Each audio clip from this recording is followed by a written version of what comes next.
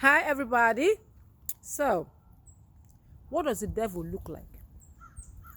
With all the fascination we have about the devil and the demon, what does he look like? Have you ever wondered what the devil looks like? If you've ever asked yourself, what does the devil look like? I think you're asking the wrong question.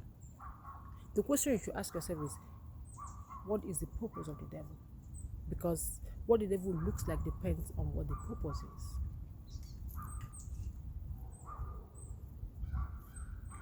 To understand what the purpose of the devil is, let's go back to the very beginning. If you're a Christian, then you know the story.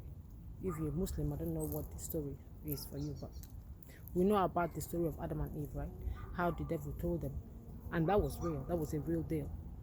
Okay, told them, if you eat this fruit, then you are like God. Except that the fuckers were already like God. Because didn't you see where the God made them his image and his likeness? Could there be any more God than that? The only problem was that they didn't know they were gods. They didn't know they were already like God. So the devil told them, eat this fruit, you'll be like God. What was the fruit? The fruit was knowledge of good and evil. And what was that tree bad? Let me tell you why that tree was not good. Because, okay, this is going to, all right. The tree of knowledge of good and evil was not good because when God made Adam and Eve in his image and after his own likeness, right? Adam and Eve were one with God. They reflected God back to God. They were in unity with God and with each other. It was like the three, how did they say it in Christianity? Three-stranded cord or something. It was Adam, Eve in unity, and God. They were like a triangle. Okay? Unity. Each of the three reflected the three. Remember, God is a three: Father, Son, and the Spirit. The human body, spirit, soul, and body. Of course, is the other part. Okay, so there was the unity of the three: man, woman, God. And even in the human body, there's a female aspect, male aspect within one person, and then God, the God aspect that unites all three. They throw different entirely. But anyway, so Adam and Eve were one with God. They were in unity with God, and they were comfortable with that. They were okay with that. The tree of the knowledge of good and evil was going to give them an independence from God that would allow them to then choose between what is good and what is not. Because before that, they were all in good. They were all in light and love. God said, the day you eat this fruit, right, you will die. Because that fruit, which was the knowledge of the tree, the knowledge of the tree of the knowledge of good and evil, was a tree that conferred on them independence from God. So the first thing that happened when they ate the fruit of that tree was, first of all, that tree was a tree of rebellion, where the devil, who had already rebelled against God, who had already decided, I don't want to be you, I don't want to reflect you, I want to do me, I want to be me, I don't want to do what you do, I don't want to reflect you, I don't want to be like you, I want to get the choice to choose to be what I want. Okay? So when he came to Adam and Eve and told Adam and Eve that if you eat this fruit, you will be like God, right? What he was telling them was the idea that freedom was from God was real freedom. Like if you separate yourself from God, then you can be free. What they didn't know was that what he was selling them was counterfeit. Because he said to them, you will be like God. They were already like God. But he was telling them that you will be like God in your own kingdom. You will have your own shit. You don't get to follow nobody. You get to do shit that you want to do. You get to make your rules. He did not tell them that to eat that will cut you off from life itself. And you will spend eternity trying to find your fucking way back to that. He didn't tell them that. He didn't tell them that.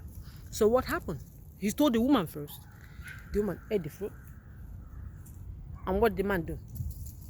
The man ate the fruit. What was the first thing that you noticed after they ate the fruit? The first thing you noticed was that they noticed that they were naked. Who told you? You've been naked all your fucking life? How come all of a sudden, not only did you notice that you were naked, but you also became ashamed of your own nakedness? Did you see how the division happened? Division happened between man and his wife first. They first of all covered themselves, hid themselves from each other, and then hid themselves from God. So what is the purpose of the devil? To what? Separate you from yourself. And then, because once you're separated from yourself, you are separated from God. Then no way you can be connected to God if you're not connected to yourself. Now, when Jesus came around, he tried to do the same shit. Did he not? He went to him and said, if you are the Son of God, turn this stone to bread. If you are the Son of God, do this shit. If you are the Son of God. Because Jesus knew who he was. So, back to my original question. What does the devil look like? I'm going to answer. The devil looks like anything that takes you away from yourself. That tells you that the truth, salvation, redemption, whatever is outside of you. That's the devil. Because what did Jesus Christ say? The kingdom of heaven is within you. Is that not what he said? Is that not what he said? The kingdom of heaven is within you. What was it in the book of Romans? Faith. No. Something about, is that a faith is a substance of, no. With the mouth, the man confesses righteousness, and with the heart, something about something. It was pretty much saying that confession of faith is out of your mouth, and it's out of your heart that you save your own self. It's not out here. So it can come in different ways. He lures you. It's like a bait. He baits you away from yourself. The devil does not come looking like a devil. The devil comes looking like your weakness. The devil comes telling you that salvation is out there. The devil comes telling you that you are disempowered. You are not like God. You are weak. The devil comes telling you are not perfect just like you are. That God doesn't love you. God made you on Thursday at 2 p.m. when he was tired. Look at you, crappy ass shit. He didn't invest time. You are mass produced. You have nothing to give to the world. You are a bitch. You are nothing. You are worthless. That's the devil talking. And guess who he talks through? You've heard them. You've heard them talk to you. Tell you you're not good enough. You gotta get your breast pumped up to be beautiful. You gotta do this and that and the other to be beautiful. When he that made you said you are fearfully and wonderfully made. When him that made you said your name is inscribed on the palm of my hands, and your walls are ever before my face. You know what the walls are? The walls of protection are ever before my face. Say, he that dwells in the secret place of the Most High shall always abide under the shadow of the Almighty. But to do that, you got to first of all dwell in the secret place of the Most High. But the devil does not want you to dwell there. He wants to lure you away from the Almighty. Take you away from life so you can abide in death forever. So what does the devil look like? It looks like anything that takes you away from God. They are everywhere. You don't need to look very far. They are everywhere. What did Christ do? Christ came and poured his life out so that you can find your way back to God. Through him. Not through Jesus. Jesus was just the body through which the Christ incarnated through. We made the religion out of him. That was not the point.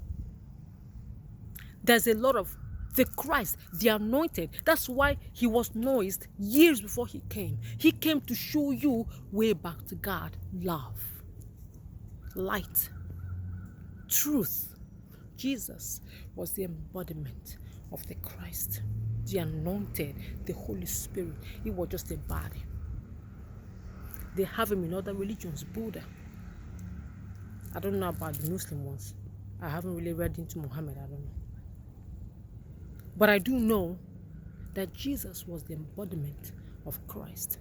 That made Jesus a vessel highly evolved to be able to carry the energy of God, to show you the way back to God. He poured his life out. We celebrated him yesterday, his birthday. And yet we're up in here, still chasing things outside of us, not looking to God within.